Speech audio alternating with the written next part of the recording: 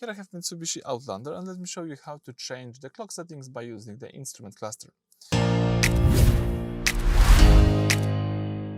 So first things first, as you can see, let's start by using the instrument cluster instructions. So if you would like to navigate here, you need to use this part of the steering wheel, the left part, and you can choose the left and the right options by using those arrows.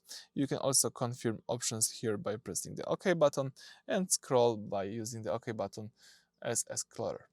Alright, so if you know the basics, you can go to your instrument cluster, and as you can see here in instrument cluster, you can use those arrows to find here the settings. Then if you open the settings, let's press OK button. Afterwards, you need to scroll down, and here you should find the clock. Let's just press it.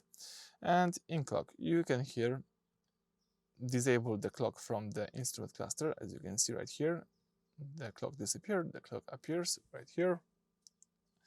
You can change the clock format, the clock mode. It could be automatic, manual, or you can use the time zone. I think the automatic is the most useful one.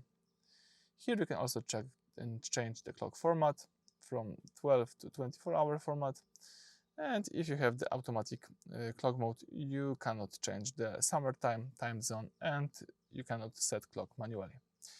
Alright, so that's it. Thank you for watching. Please subscribe to our channel and leave thumbs up.